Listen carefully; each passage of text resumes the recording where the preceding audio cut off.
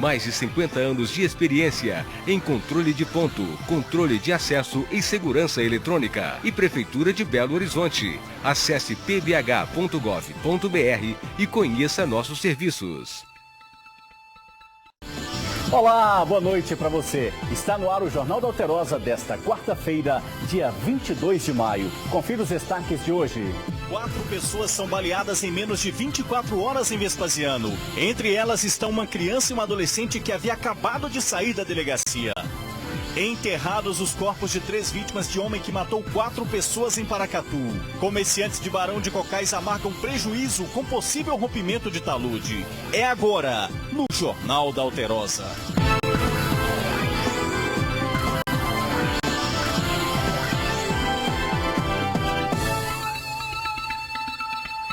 Dois adolescentes de 16 e 13 anos foram baleados na saída da delegacia de plantão de Vespasiano, na madrugada de hoje. Um dos menores havia sido apreendido por tráfico e deixava o local num táxi na companhia da mãe e da outra irmã, que também foi baleada. Confira. Os 2 adolescentes deram entrada no hospital em Belo Horizonte durante a madrugada. A menor de 13 anos teve o pulmão perfurado por uma bala e está entubada. O irmão dela, de 16, foi atingido na perna e chegou consciente. A suspeita é de que ele fosse o alvo dos atiradores. O carro em que os 2 irmãos estavam foi atingido por vários disparos de armas de fogo quando passavam por essa avenida, a caminho do endereço deles. De acordo com o boletim de ocorrência, o adolescente de 16 anos havia sido apreendido por tráfico de drogas. Ele foi ouvido pelo delegado de plantão de Vespasiano e liberado. Foi então que a mãe dele chamou o táxi e entrou juntamente com o filho e com a filha a caminho de casa. O veículo foi perseguido por uma moto e o garupa foi quem disparou. Eles só foram salvos porque o motorista do táxi foi rápido e conseguiu chegar à UPA aqui de Vespasiano. Aí começou a atirar e eu entrei em desespero, tirei o cinto, porque eu estava com o cinto, e olhei para trás para ver se estava bem. E ela estava com muito sangue e ele também. Aí o taxista começou a desviar, a correr, porque ele seguiu nós um pouco ainda e conseguiu chegar até na UPA para conseguir socorro para eles. A mãe, que não quer ser identificada, diz que o menor já havia sido apreendido outras vezes e teme pela vida dos filhos. O pai também morreu vítima do tráfico. Aí eu converso com ele, eu tento fazer o que eu posso, mas eu não tenho só ele, ué. Não posso ficar em função só dele, não tem só ele, não. A menor terá que passar por cirurgia. Essa ela que está estável, que ela é que está pior.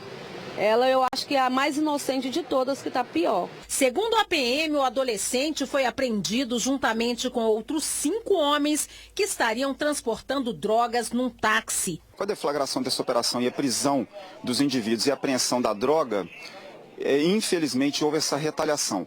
O nosso serviço de inteligência está levantando se essa ação dos marginais é pela própria guerra, pelo domínio do tráfico ou pela, vamos dizer, perda da droga. Que coisa. Hoje pela manhã também, em Vespasiano, outras 2 pessoas foram baleadas. E de acordo com a polícia, os crimes de ontem e de hoje estão relacionados a uma briga entre 2 gangues. A repórter Etel Correia estava lá e acompanhou a ação da PM. Confira. Teria sido nessa região, então, local onde os tiros foram disparados. Moradores estão do lado de fora aqui na rua, todo mundo assustado. Dá para dizer pra gente aqui que hora que foi? Foi agora? Não, foi, mas eu não sei que horas que foi não, que eu só saí aqui e já só vi um tumulto. Muitos tiros? Não sei. Não sabe quem deu? Tem uma pessoa sendo abordada aqui agora. Capitão, foi aqui que foram dados tiros? Sim. O que aconteceu? É retaliação a uma prisão que nós fizemos ontem em virtude de uma grande operação de apreensão de drogas. Os tiros são disparados contra a polícia ou gangue? Contra gangues rivais. Tem pessoas baleadas aqui? Nós temos 2 pessoas agora que foram vítimas das balas que foram disparadas. Essa guerra do tráfico a gente já vem combatendo há um bom tempo. Ontem nós interceptamos um carregamento de drogas e começou a guerra de novo entre os traficantes por domínio. Mas nós já estamos com a equipe Pegasus nos apoiando, então com todas as equipes aqui já temos presos e vamos socorrer agora as vítimas. Quem invadiu aqui o local? Eles passaram aqui atirando, é uma briga entre a parte de baixo e a parte de cima. E nós estamos aqui para impedir isso aí. Eles invadiram, já dando tiro em todo mundo. Eu corri aqui, meu filho estava baleado aqui. Tem envolvimento com alguma coisa? Não tem envolvimento com nada, não. Ele não está nem no meio de nada, não. Moradores muito agitados. Há 2 pessoas baleadas, aguardando socorro. Você estava aí na hora? Tava. E aí, entraram aí? Entraram essas Os feridos baleados estão sendo socorridos agora e a operação permanece. O aglomerado Bodé está ocupado pela Polícia Militar. Tragédia em Paracatu, no noroeste de Minas. Um homem matou a ex-mulher a facadas e em seguida foi até uma igreja e matou mais 3 pessoas com 3 tiros na cabeça na noite desta terça-feira. Ele foi atingido por policiais e levado para um hospital da cidade. Aqui estão sendo velados os corpos de Rosângela Albernaz, de 50 anos, e Marilene Martins de Melo Neves, de 52 anos. As duas estavam na igreja quando o atirador invadiu o local e começou a disparar. Uma delas foi feita refém, acabou sendo atingida por um disparo no peito, não resistiu aos ferimentos.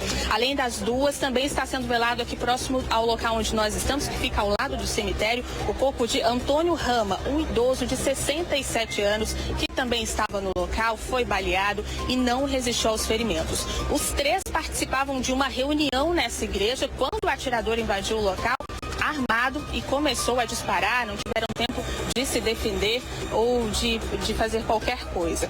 O nome do atirador nós temos aqui é Hudson Aragão Guimarães, de 39 anos, ele que invadiu o local armado, acabou sendo atingido também por disparos da polícia, que precisou contê-lo dessa forma, já que ele tinha munição e poderia atingir outras pessoas. Para a gente ter uma ideia da dimensão dessa tragédia, outras 20 pessoas estavam no local e conseguiram escapar. A principal suspeita é de que o alvo verdadeiro de Hudson era o pastor da igreja. Ele que conseguiu fugir dos disparos, mas acabou sendo hospitalizado porque durante a fuga teve uma fratura no pé e está hospitalizado nesse momento. Ele conseguiu fugir, a gente conseguiu imagens, né, de circuito que mostram o momento em que ele invadiu o local, mas antes o Hudson cometeu um outro assassinato. Ele matou a facadas a ex-companheira, Heloísa Vieira Andrade. A vítima estava na casa da mãe do atirador quando foi abordada por ele e, ao contrário das outras vítimas, ela foi atingida por golpes de faca. Também chegou a ser socorrida, foi levada para o hospital,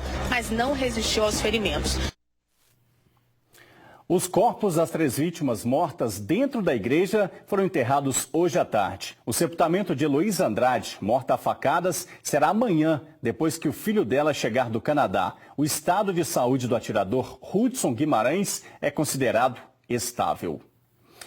Presta atenção, você, pai ou mãe. O Jornal da Alterosa mostrou ontem um garoto de 11 anos que esfaqueou 3 colegas dentro de uma escola municipal no bairro 1º de Maio, aqui na capital. Vamos mostrar agora o quanto é importante os pais estarem atentos aos sinais que podem indicar que as crianças estão propensas a praticar algum tipo de ato violento. Daniel Ferreira, é você.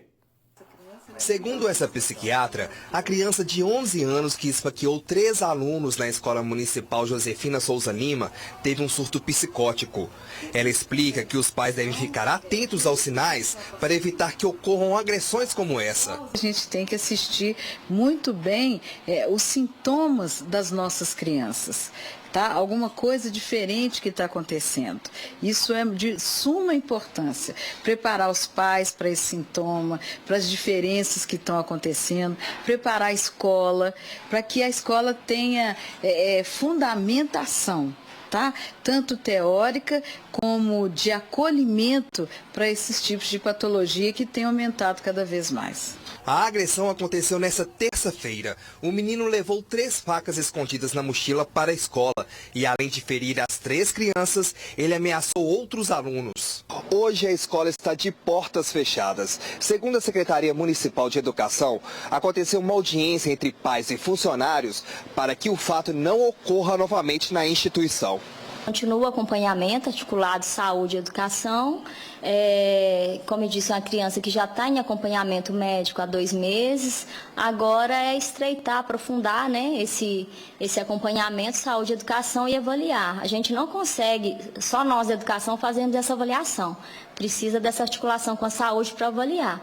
A psiquiatra alerta ainda que a solução é levar a criança em um profissional adequado quando ela apresentar algum comportamento fora do comum.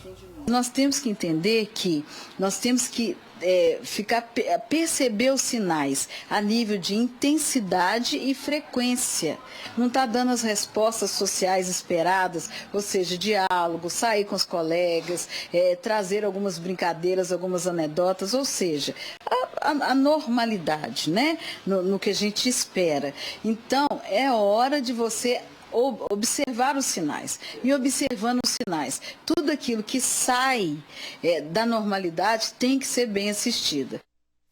As estudantes feridas já estão em casa. Angústia e desespero. Uma família da capital procura um vendedor que está sumido há mais de 30 dias. Ele saiu de moto da região do Barreiro e nunca mais foi visto. Há mais de um mês, Silvestre procura pelo irmão. O vendedor José Vasconcelos, de 49 anos, saiu de moto sem dizer para onde ia e não voltou mais para casa. De acordo com a família, ele tem esquizofrenia e faz uso de remédios controlados. Ele estava um pouco agitado. Claro que eu depois que eu fazendo as minhas, como diz, a minha análise mesmo do momento, eu senti que ele estava muito agitado no dia. Mas não vi nada de diferente assim não, senti que ele estava um pouco agitado, mas não imaginava que ia acontecer um fato desse. José foi visto pela última vez nesta padaria, que fica aqui no bairro Diamante, na região do Barreiro, no sábado do dia 6 de abril, por volta das 7h30 da noite. De acordo com testemunhas, ele estava usando calça jeans e camisa polo verde. 5 dias depois do desaparecimento, a moto de José foi encontrada estacionada em Ibirité, próximo à prefeitura da cidade. A família esteve no local, mas não conseguiu nenhuma pista do vendedor. Aí eu fiz um contato com o Corpo de Bombeiro, com a Polícia Militar. Nós procuramos nessa mata na quinta, na sexta, no sábado, junto com o Corpo de Bombeiro. No sábado nós tínhamos lá umas 20 pessoas procurando, fizemos uma varredura lá nessa mata. Só para situar, essa mata era um local que ele ia muito para fazer suas orações. Então nós imaginávamos que ele estava lá e realmente não encontramos. A Polícia Civil trabalha para tentar localizar José. A família tem esperanças de que ele seja encontrado. Se ele estiver me vendo, amor, volta para casa.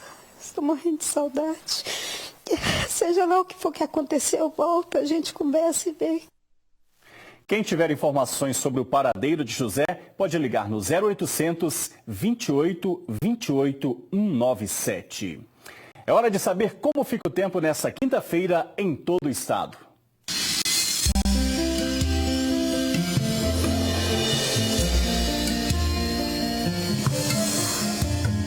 Céu claro com possibilidade de chuva no Triângulo Mineiro. Há ocorrência de névoa seca à tarde no norte do estado. Nas outras regiões, o sol aparece entre nuvens. Em Belo Horizonte, mínima de 15, máxima de 28 graus. Em Piranga, mínima de 13, máxima de 32. Em Salinas, a temperatura pode chegar a 36 graus. Em Bom Despacho, mínima de 15, máxima de 31. E em Patos de Minas, mínima de 13, máxima de 34 graus. O talude da mina Gongo Soco, em Barão de Cocais, se movimenta entre 6 e 10 centímetros por dia, segundo os laudos técnicos da mineradora Vale. O rompimento do talude é esperado e pode acontecer a qualquer momento. Com isso, os comerciantes da cidade sofrem com o sumiço de clientes desde que os moradores foram evacuados, por conta do risco de rompimento da barragem de rejeitos. Já são mais de 3 meses de queda nas vendas. É como dizem por aqui, os fregueses sumiram e com eles os negócios. Para nós a barragem já se rompeu. Nós já vimos em um cenário de crise a nível estadual e nacional. Na nossa região, com o advento da barragem de Gongo Soco, piorou essa situação. Estamos no centro de Barão de Cocais. Porto, dá para você mostrar? São essas faixas laranjas, estão demarcadas por todo o canto aqui no centro. Isso significa que aqui é uma área de risco. Geraldo, e as pessoas têm medo de vir ao centro, né? Com certeza, com certeza. Não, as pessoas que moram no centro, algumas até já foram retiradas. Agora, eu estou falando de dia, com sol maravilhoso, imagina à noite. Seu Luiz tem uma pastelaria no centro há 30 anos e conta que o faturamento caiu mais de 50% desde que a cidade foi evacuada. Eu vendi uma média de R$ 1.500 por dia, hoje eu vendo aí 600. No máximo 650. Estamos chegando aqui agora no bairro conhecido como Ponte da Paixão, que fica a poucos quilômetros do centro de Barão de Cocais. As vias estão sinalizadas, essa pintura laranja por todo canto, o que significa aí que é uma área de risco. Nós vamos conversar agora com o seu Adão, que tem essa mercearia há mais de 30 anos, né, Adão? Como é que está a situação por aqui? Caminhando há 36 anos que eu moro aqui. O que eu tenho foi tudo adquirido através desse serviço. Só que hoje, infelizmente, o comércio está ruim, caiu mais de 50%. E do outro lado da rua, a situação não é diferente. Nós estamos aqui no bar do seu Luiz, que também está prejudicado, né, seu Luiz? Como é que é o movimento? Prejudicado, porque o movimento caiu muito, né? E a gente que paga aluguel fica difícil, né? Porque a gente depende do aluguel, do dinheiro do pessoal para a gente pagar aluguel aqui. Intervalo, a gente volta já já. Sofrendo com a falta de insulinas nas farmácias populares do estado. Há meses, o medicamento não tem sido mais fornecido. A luta de Fernanda, de 26 anos, pela vida é diária. Ela tem diabetes tipo 1, uma das mais perigosas, e precisa de insulina para sobreviver. Ela descobriu a doença aos 7 anos. Desde a cidade, Fernanda toma insulina 5 vezes ao dia. Mas ela não está encontrando remédio na farmácia popular. Como não está conseguindo a medicação de graça, ela precisa se virar. Quando está em falta, a gente tem que tirar do próprio bolso, né? Eu dependo, às vezes, do meu pai para me ajudar. Ou recebo doações dos próprios pacientes aqui da farmácia. E às vezes a maioria também não tem. Se você ficar sem tomar essa medicação, o que os médicos falam para você? Que pode acontecer? Como é que é? Olha, eu posso ter uma hiperglicemia, entrar em coma ou entrar em óbito. Esse problema da falta de insulina já persiste há 3 meses. E segundo os funcionários aqui da farmácia distrital de Contagem, não há previsão para o remédio chegar. Olha, eu procurei a Secretaria Municipal da Saúde e eles falaram que está em falta, que eu teria que procurar a Secretaria do Estado. E fica nesse jogo de empurra-empurra e nada de resposta. Enquanto isso, Fernanda e os outros pacientes que precisam de insulina vão ter que aguardar. Isso para mim é um descaso, é um direito nosso que a gente não está recebendo. A Secretaria Municipal de Saúde de Contagem informou que o estado é responsável pelo fornecimento da insulina Glargina. E, de acordo com a Secretaria Estadual, a insulina foi entregue pelo fornecedor e a distribuição já foi autorizada. O município de Contagem receberá o item até o final dessa semana. Já a insulina Lispro não é fornecida pelo SUS. O medicamento é ofertado por meio judicial e o fornecimento está em dia. Intervalo, fica aí. Daqui a pouco a gente volta com outras informações que vai criar uma nova fábrica de motores de 3 e 4 cilindros em Betim. A expectativa é de que sejam criados 1.200 novos empregos diretos e indiretos. O anúncio foi feito na sede da Fiat em Betim, cidade onde será instalada a primeira fábrica da FCA no Brasil. O governador de Minas, Romeu Zema, o presidente mundial da FCA, Mike Malley, e o presidente do Grupo da América Latina, Antônio Filosa, anunciaram o investimento. Esse era um investimento que era almejado por muitas das 100 fábricas que a FCA tem globalmente. São tecnologias de pontas e tecnologias que vão trilhar o futuro do automóvel no Brasil e na América Latina. Durante o evento também foi assinado um termo de cooperação técnica entre a Fiat e a Gasmig para promoção e incentivo ao uso do GNV, gás natural veicular. O JA de hoje termina aqui, volta amanhã a partir das 7h15 da noite com Carol Saraiva. Fica agora com SBT Brasil. Uma ótima noite para você e até a próxima. Tchau!